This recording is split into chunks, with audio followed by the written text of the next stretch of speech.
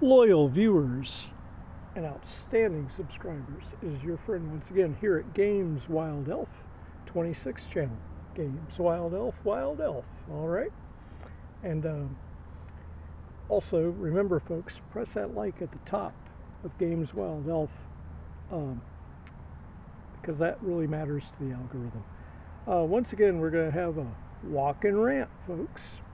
And as you know, the image quality of the walk and rant means nothing. It's all about the conversation, the topics, and hopefully some of your interesting replies to them.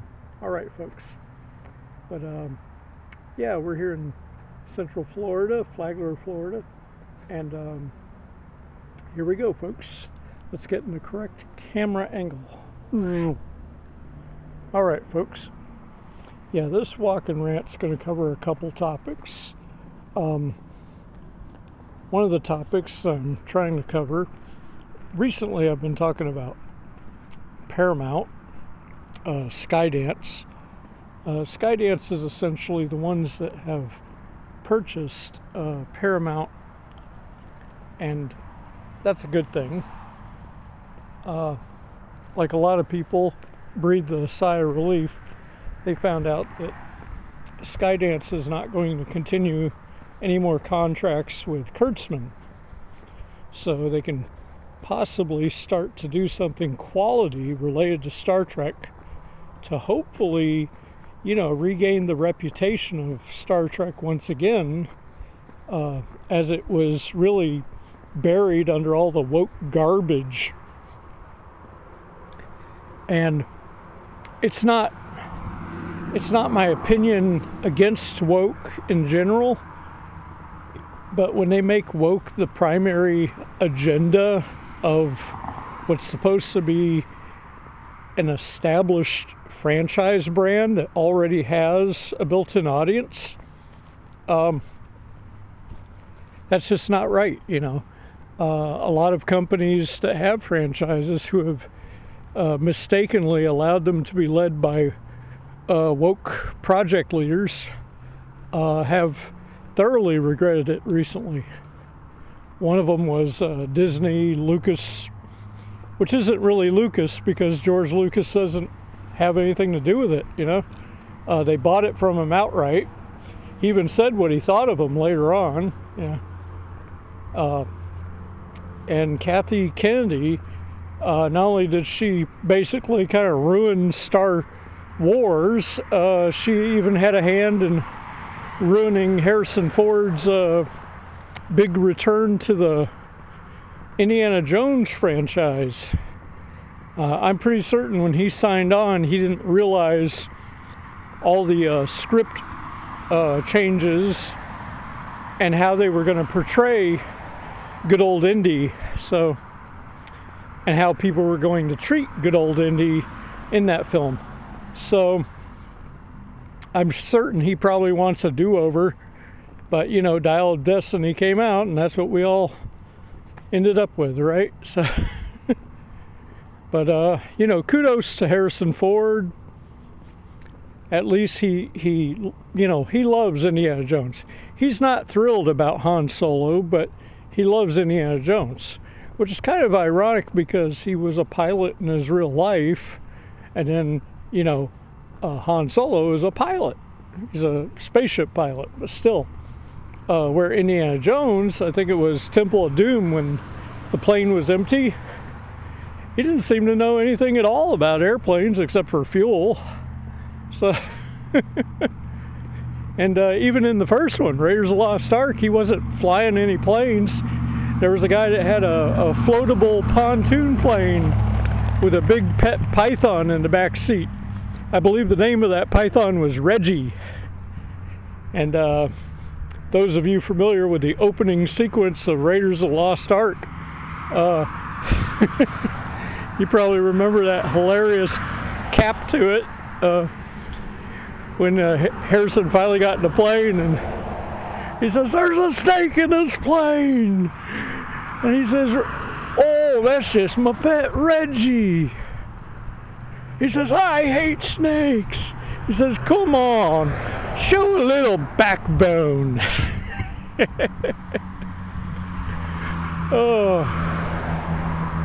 but yeah, I digress. So that's one of the topics. Skydance hopefully will bring back respectability, a positive outlook for the future, and be able to shake off all the nasty agenda that the wokers put on Kurtzman Trek, Abrams Kurtzman Trek. Yeah, the Kelvin line needs to be decanonized, and that goes for, unfortunately, that does go for the Star Trek Picard as well. And I know, I mean, there's some good folks affiliated with it. Jonathan Frakes, for instance, and he's directed a lot of stuff, including episodes of various Treks. He just likes, I guess, the nostalgia of working with an ensemble cast. It reminds him of his days when they were filming TNG and his different guest starring spots on DS9 and even on Voyager in a very interesting episode. But yeah, he even guest starred on the final episode of Enterprise because they were speeding up a final episode and they wanted to class it up. So to class it up, they brought in Riker and Troy and made the whole thing a holodeck simulation that Riker was going through before he came forward. He was struggling with a decision to come forward and tell the truth about his old captain, who's now an admiral, and about the starship Pegasus and why it got lost, why it ended up in a meteor, buried mostly into a meteor. So that was an interesting story arc. But let's see. Yeah. So like I said, we're in Flagler, Florida down here. Your favorite retro gaming, cosplaying Hyrule Wild Elf. Right here in Flagler, Florida, which is Central Florida, on the East Coast side of Florida, not the Gulf Coast. And I'll tell you something interesting I noticed recently. You know, they make a big day. Oh, it's a big day, it is. Oh my goodness, what a big day. But yeah, they make a big deal about the 24-hour period and whether or not there should be daylight savings times or not. And even in the official part of Florida, the city of Tallahassee, where they make the laws in Florida, they had been mulling around with the concept of eliminating daylight savings times. Just having a fixed, schedule, basically. If it got dark early or not, well, that's a convenience or inconvenience that people would just have to work through. Instead of this strange reset of people's schedules. And I could see that could probably, financially, that could affect like parks and recreation, utility vehicles, city utility vehicles, and city service vehicles, who probably either lose income slightly or greatly because of the strange switchovers when they switch back and forth from daylight savings time. So I could see from a money side of it why they would seriously think about just eliminating daylight savings time and just have a fixed schedule. If that puts us a weird hour ahead or hour behind with some other states, then so be it. I'm sure the cell phone tower systems and call adjustments for those times would be made without much problem. They just have to write some programs for that, I guess. But what I was thinking about when they were talking so much about daylight savings time, and keep in mind, in my history, my jobs I tend to gear toward, and jobs that I've done in the past, types of career employment, has always been afternoon or evening, and a couple of graveyard shifts, or what some people call third shift.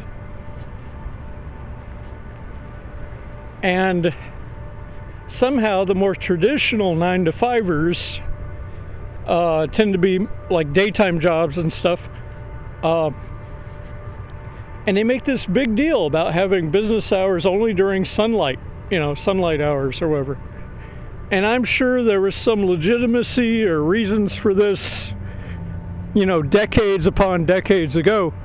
But I thought about it, and a lot of people, especially people that are 18 or over, adults, we kind of don't like the idea of having a bedtime or a very suggested bedtime by those that run a city or something. I mean, when you think back to the COVID restrictions, that really nerfed a lot of people in a very angry way. Being told that they couldn't go out, or they had to be an essential employee or something to do certain things during certain parts of the day. It really messed with our concept of our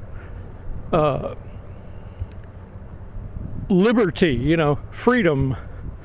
See, our country is supposed to guarantee us life, liberty, and the pursuit of happiness. And there's been a lot of changes since the new elected leader and whatnot. Without getting into the deepness of the political one way or the other, just some observations out there. But when we're talking about, our country guarantees life, liberty, and the pursuit of happiness, right? Well, you have different social classes, financially speaking, right? You have, there is a middle class. I keep seeing all this propaganda about the middle class is gone. No, there's middle class. Originally, there was 3 layers of middle class. There was lower middle class, almost poor. There was middle class, and then there was upper middle class, which is technically sort of rich.